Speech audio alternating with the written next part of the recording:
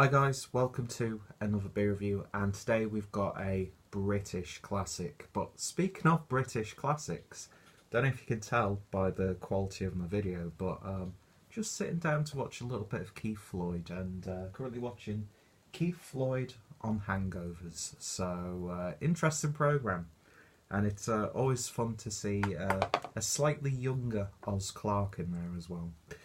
But yeah, it's a traditionally British dreary cold day, and I'm about to have a traditional British staple in terms of cuisine with a nice portion of chips and gravy because I'm in the mood for it. So I thought, what better way to celebrate this Britishness minus the monocle than to have a look at Mann's Brown Ale.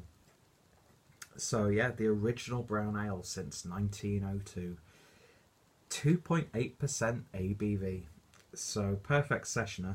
I'll quickly read you what it says on the neck label. First brewed in London in 1902, the complex blend of pale and dark roasted malts still lives at the heart of this classic English beer.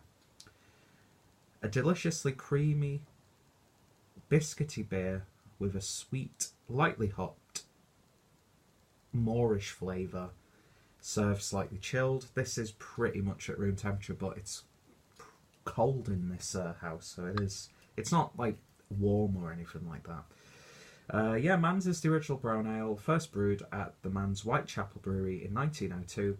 The historic recipe produced a dark, rich, full-bodied ale with luscious flavours and hints of roasted, creamy toffee. Best before date is the 31st of July 2018, and of course this is brewed in Wolverhampton by Marston's. So it's another Marston's product. And I know my good friends Dean and Harry, Dean's Beer Reviews and Bluenose Beer Reviews, are big fans of this. So I'm sure they've reviewed it, so we'll put those links down below. And yeah, whoever else I follow here on YouTube, if they reviewed it, the review's going to be included also. So, traditional English beer. Got myself a traditional English glass. On this very traditional English day. Fantastic looking crown, don't know if you can see that. With traditional English quality cinematography. Actually, no, there's been some really quite prestigious British cinematographers over the years. I'm just trying to stretch out this British thing for as long as I can, really, but I'm going to stop now because I'm really in the mood for a beer. So that is got quite a bit of a glug to it, but that carbonation hiss comes in. So I won't pour it all in so I could get my noggin in there. But beer in a glass, and it's not jet black, but it's a really dark oaky colour. It looks a lot darker on camera because of the lighting, of course. But it's got a lovely sort of cafe creamer looking head. Nice gentle brown colour, but yeah, nice oaky, maybe mahogany. But yeah, certainly looks a lot more full bodied than you would expect, and a lot bolder for a beer clocking in at 2.8%.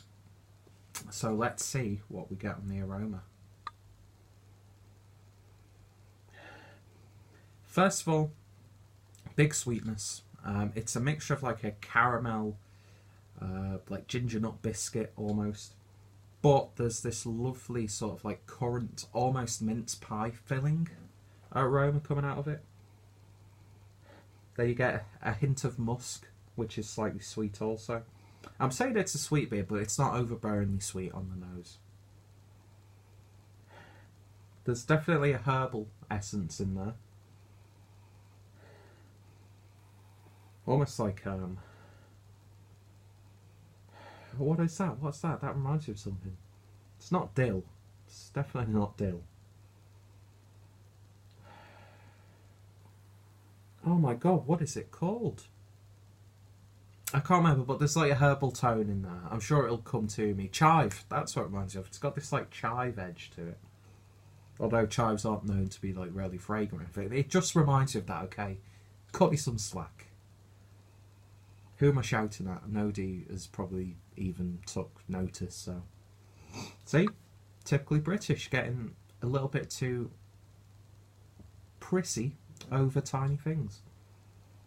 But yeah, it's a lovely smelling beer. A little bit of vanilla in there as well. It's got that cake batter essence to it, but a little bit of spice, earthiness, muskiness, slight woodiness as well. Yeah, really quite fragrant. So, let's give it a taste. Chin chin.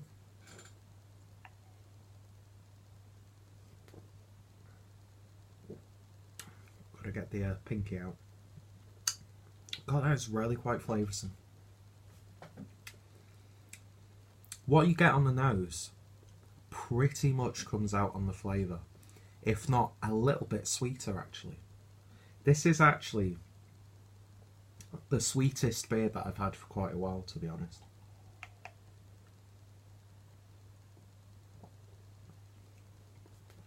That carbonation sort of lends itself to that earthy hoppiness that you get with this beer, but it's not a hoppy beer by any stretch. It's got a slight nice prickly peppery edge to it. A velvety, almost milky mouthfeel. Really, really quite bold. I don't think I've had Mans before, ever. I think this is actually the first time I'm ever drinking a glass or a bottle of Mans.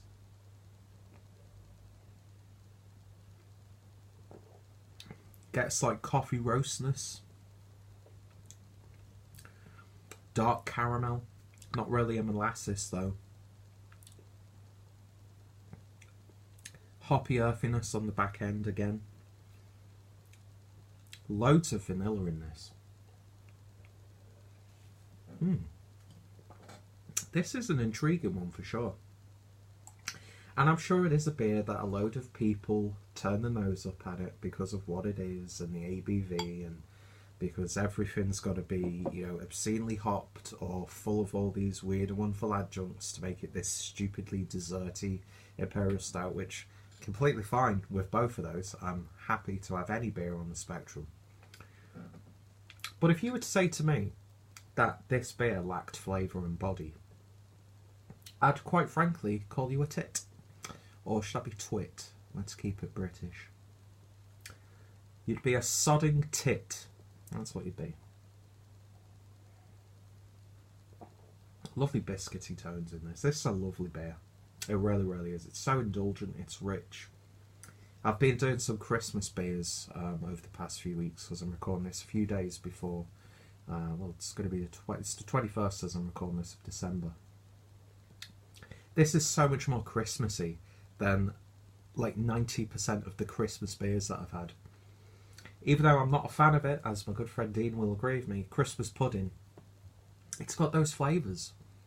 And mince pies. It tastes like mince pies in a glass, even with that slight pastry edge to it. I'm very impressed with that one. I really, really am. I'd happily buy this again, but I could not session this. It would just get too sweet too soon. And you know what? If people are put off by a beer at 2.8%, this just shows you what you can pull off with a low ABV. I mean, is it mind-blowing? You know, has it changed my perception of beer and that sort of thing? No, it hasn't. But it's a damn good beer. I'm not too sure if the recipe's changed since Marston's took it over, so I can't compare this to, you know, like a bottle from the 80s, like your uncle would drink or whatever, you know.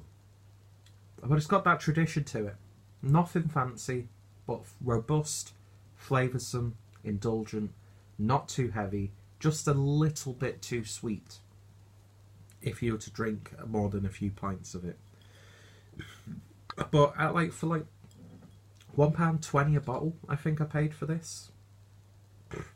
I'd happily stock some up in the fridge just to take from time to time. Yeah, it's a lovely, lovely surprise.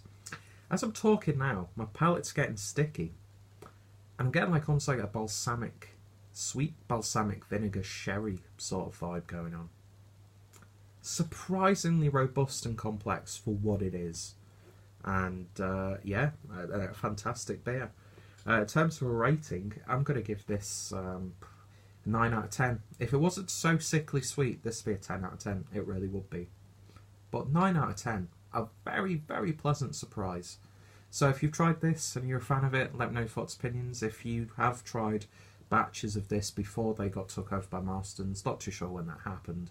Then let me know if the beer's changed over time. I mean, I'm sure it has. Nothing produced in 1902 would taste the same in 2017. It's just a fact. Yeah, the different quality of crops from year to year, the water quality, environmental changes. I call bullshit on people who like cry about beers not tasting the same as they would do a hell of a long time ago. Of course they wouldn't.